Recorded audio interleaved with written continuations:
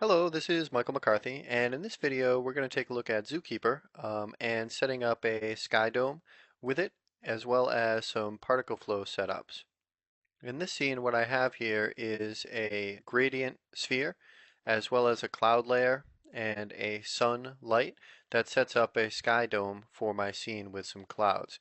Now this setup is very much based on a tutorial written by RuneSpans, and I suggest that you guys take a look at it at superrune.com. Now in the tutorial it goes through setting up a lot of procedural workflows in the material editor as well as with setting up your objects, and those things are really great to be able to visualize and do in a schematic scenario like Zookeeper has. Now basically what we have here is a background sphere with a gradient set up on it and two cloud layers that are spheres that are kind of squashed below. And we've animated that over time so that we can get some of those clouds to push across the sky and what have you. There's also a light in the scene that is producing a glow and producing some of the coloring that's going on here. So if we take a look at how this renders out, it looks something like this. And the nice thing about this is it's 100% procedural. There's no maps or textures going on here, and you can adapt it to different scenes that you might use. So over into Zookeeper, let's take a look at how this is set up. So what I want to do is give you a brief overview of these nodes and how they're composited together, and then put them all into a template that we can easily adjust a lot of the parameters. So these are all the scene objects. This is the outer sphere, and these are the two cloud spheres. And then there are a bunch of blend materials. So there's a blend material for each one of these that's set up, which is fed by noise maps that are then fed by maps that are changing the color of a color correct in a couple of different scenarios. So we have two different color correct materials and the cloud material that kind of feeds everything. And the proceduralism of this is great because all we need to adjust is any of these things over on the left side, and they feed all the way through here and brighten things up where they need to and shrink the clouds where they need to and things like that. You can also see that up here we have our light, which is getting fed into a lens effects that has a glow as well as a ray lens effects in our scenes effects. So you can get a little bit of a glow and some of the rays out of the sun in different places, which is kind of nice.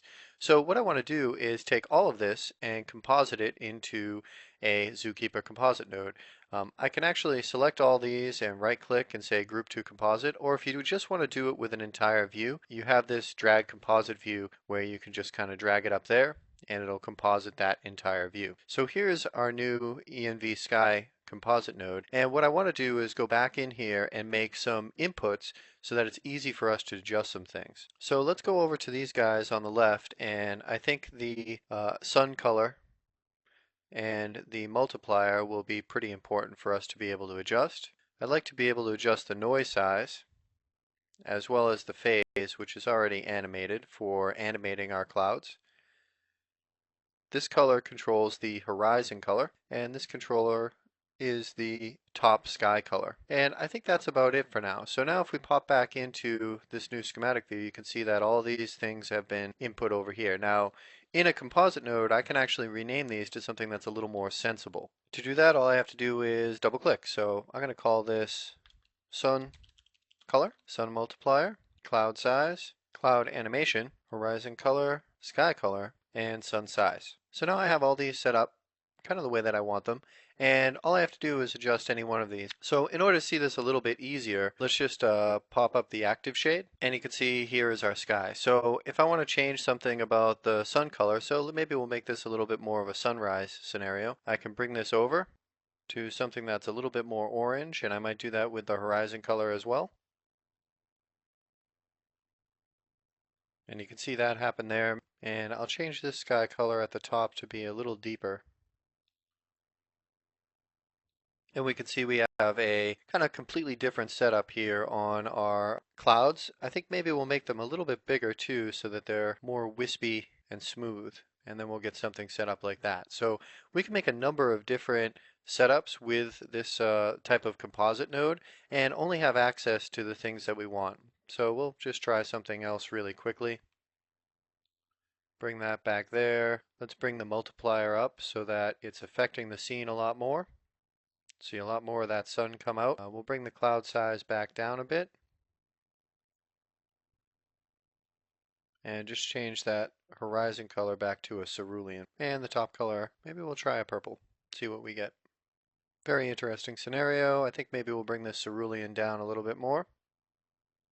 And here I think you can see that using composite nodes to set up different rigs in Max to create environments or characters or even different scene states can be really effective. You can just expose the parameters that you want to adjust and go in and create some really great procedural setups. You can drop this into any scene that you want and kind of adapt it to whatever it is that you want. The next thing I want to look at is particle flow in Zookeeper. We looked at a couple of setups with particles in previous videos, but if I go over into layers and just hide our sky and then unhide this PFlow layer, should be able to see that we have a little particle flow particle system here in the views. Now, working with particle flow in Zookeeper is just great. If we go over into our layers or our objects tree view, you can see particle flow set up here, and there's a little particle flow filter here where you can, just see the particle flow source, which is what you're used to seeing in maybe the 3ds Max rollout or something like that. The other great thing is if you unhide these things, you'll be able to see all the actual particle flow nodes that are in your scene. So if we click on birth or position, you can see all those things actually come up and be editable in the modify panel. So if you just need quick access to something that you might be doing in particle flow, so let's just say that we want to adjust the display really quickly, we can go in and just set it to lines or ticks or something else.